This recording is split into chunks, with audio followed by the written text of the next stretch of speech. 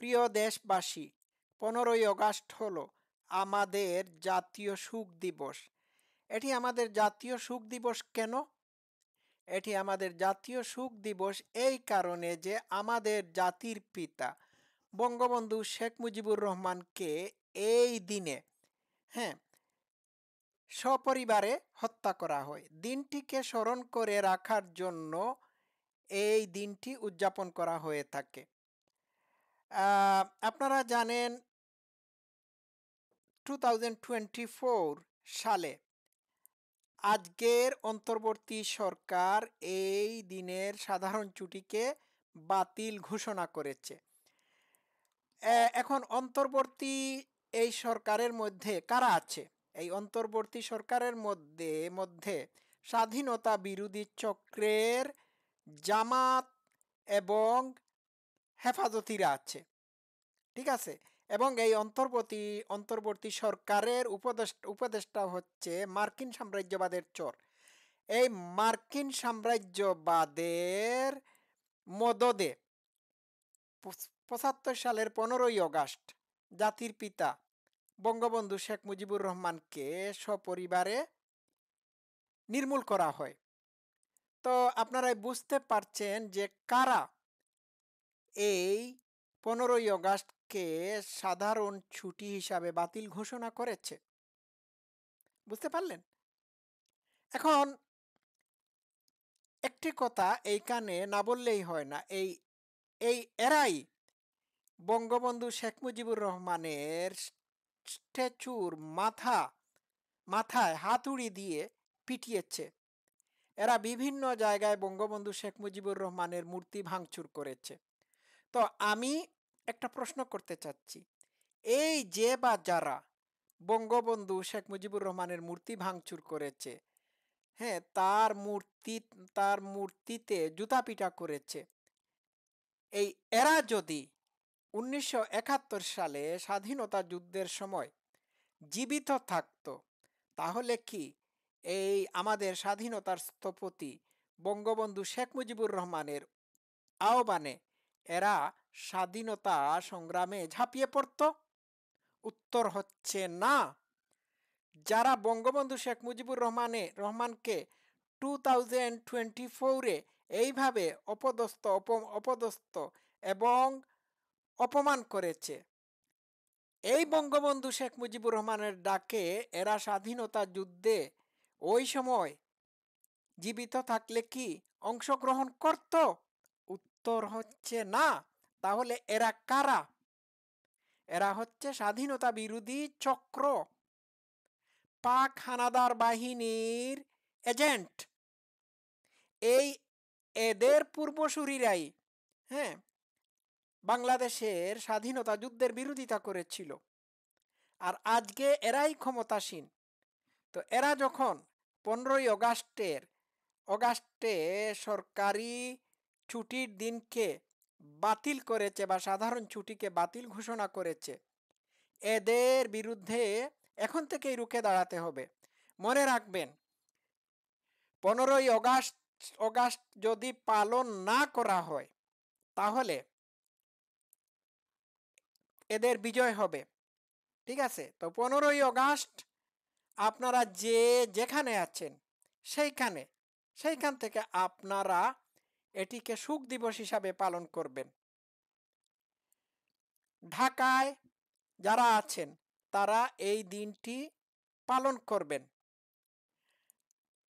বঙ্গবন্ধু শেখ মুজিবুর রহমানের নেতৃত্বে যদি সাড়া দিয়ে 1971-এ বাংলাদেশের মানুষ বুক পেতে দিয়ে, হ্যাঁ, মৃত্যুবরণ করতে পারে, তাহলে তার মৃত্যু দিবস পালন করতে গিয়ে যদি মৃত্যুবরণ করে থাকে, তাহলে এরাও হবে স্বাধীনতা যুদ্ধের শহীদ। ঠিক আছে? আমাদের সংগ্রাম এইবার রাজাকারদের বিরুদ্ধে সংগ্রাম। ঠিক আছে? এখন এরা বঙ্গবন্ধু শেখ মুজিবুর রহমানের মূর্তি ভাঙচুর করেছে। আমরা আমাদের জায়গা থেকে বঙ্গবন্ধু শেখ মুজিবুর রহমানের মূর্তি আবার বানাবো। এটি যদি কাদামাটি দিয়েও হয়, তাহলে মূর্তি বানাতে হবে। আর তাও যদি সম্ভব না হয় তাহলে প্রতিটি ঘরে ঘরে বঙ্গবন্ধু শেখ মুজিবুর রহমানের মূর্তি অঙ্কন করে, হ্যাঁ, ড্রয়িং রুমে এটাকে এটা সরি ছবি, ড্রয়িং রুমে উনার ছবি কি করে দিতে হবে, টাঙ্গিয়ে রাখতে হবে। সরি, আমি মূর্তি বলেছি, ঠিক আছে। হুম, এটা আমাদের করতে হবে। তো এরা স্বাধীন এরা 15ই আগস্ট সাধারণ ছুটি যে ছিল, হ্যাঁ, এটিকে বাতিল ঘোষণা করেছে। এদের বাতিলের তালিকায় আরো কয়েকটা জাতীয় দিবস রয়েছে, খেয়াল রাখবেন।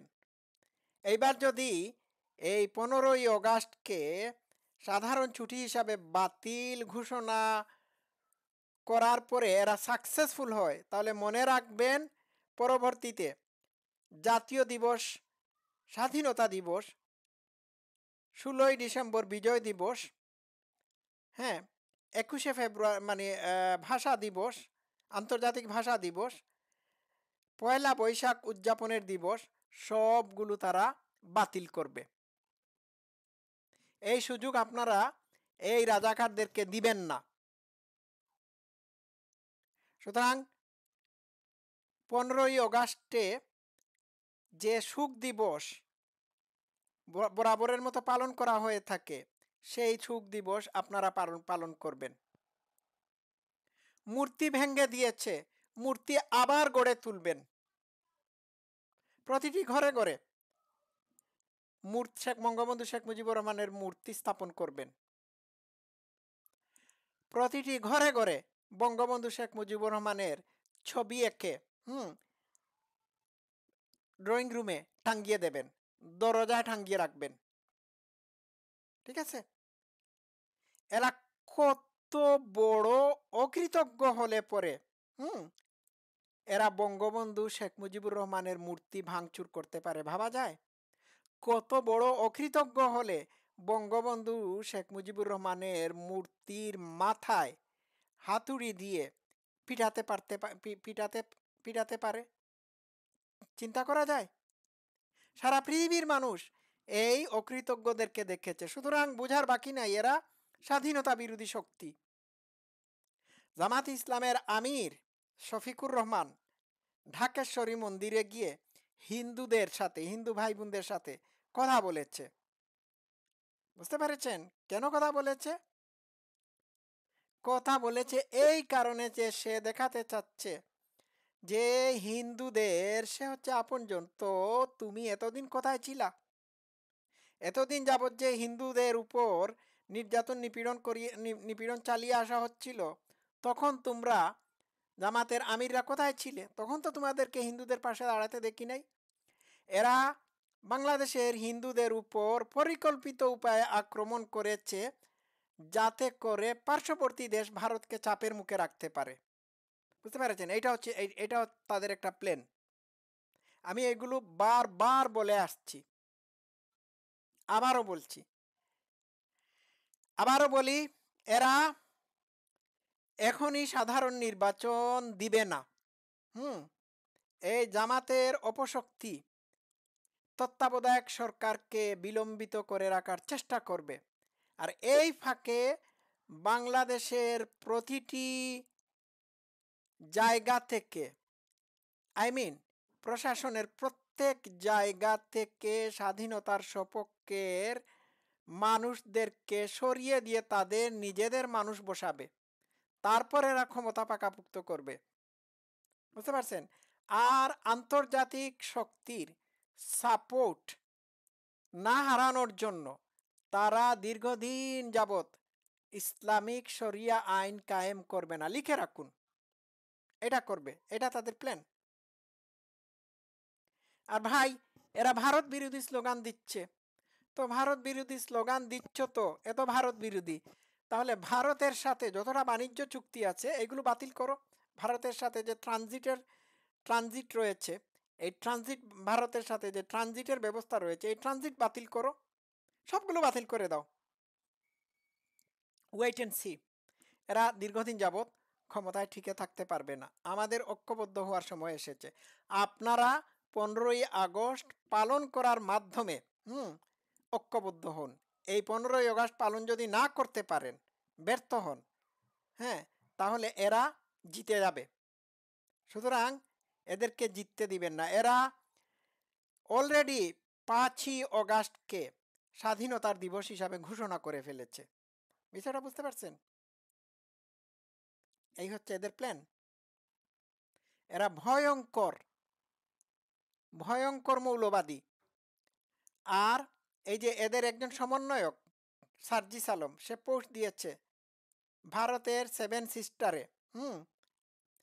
সিস্টারে ভয়ানক অবস্থার সৃষ্টি হতে পারে। সুতরাং আপনারা বুঝতেই পারতেছেন এদের প্ল্যান কি। এরা বাংলাদেশ, ভারত বা আরও পার্শ্ববর্তী দেশগুলোতে সন্ত্রাসবাদকে উস্কিয়ে দিবে। 15ই আগস্ট পালন করতে হবে। আপনারা আপনাদের যে যার যার যার জায়গায় আছেন সেই সেই জায়গা থেকে আপনারা 15ই আগস্ট পালন করুন। এটি আমাদের বাঁচা মরার দিন। সবাই ভালো থাকবেন। Love you all.